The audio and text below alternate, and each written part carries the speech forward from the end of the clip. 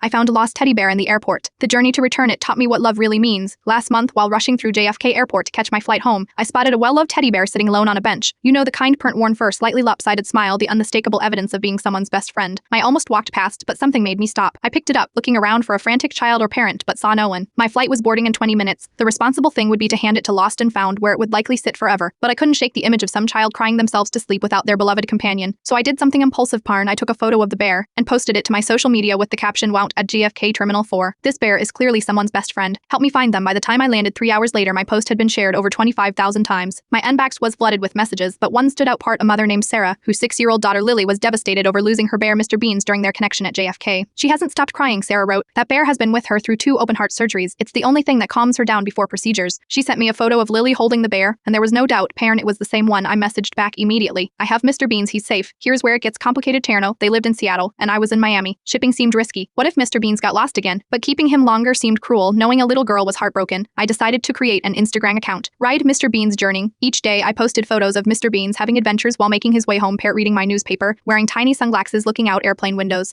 Sarah showed Lily, who began to smile again, excited to see what Mr. Beans was doing each day. Meanwhile, I contacted airlines explaining the situation. When American Airlines heard the story, they offered me a free round-trip ticket to Seattle. "We believe in reuniting families," the representative said, "even teddy bear families." 2 weeks after finding Mr. Beans, I boarded a flight with the bear securely fastened in the seat beside me. Flight attendants, moved by the story, made announcements throughout the flight, updating passengers on the special reunion mission. Fur strangers were wiping away tears when we landed. I spotted them immediately. A tiny girl with a surgical scar visible above her collar, clutching a sign that read, "Welcome home, Emmer Beans." The moment Lily saw her bear, she let out a cry that made everyone around us stop and watch. She ran to him, embracing him with such fierce love that I had to turn away to hide my own tears. Sarah hugged me so tightly I could barely breathe. "You don't understand what you've done," she whispered. "Her doctors say her heart rate stabilizes when she holds him. He's not just a toy." As I turned to leave, Lily grabbed my hand. "Mr. Beans told me you took really good care of him," she said solemnly. "He says you must have a really big heart." I flew home that night, my seat feeling strangely empty without my traveling companion. But my heart was fuller than when I left. Sometimes love isn't grand gestures or romantic declarations. Sometimes it's a worn-out teddy bear that smells like hospital antiseptic. Sometimes it's a stranger choosing kindness over convenience. And sometimes it's remembering that the things that matter most to us aren't things at all. Karen, they're the connections that help us heal. Mr. Beans taught me that not bad for a teddy bear with a lopsided smile.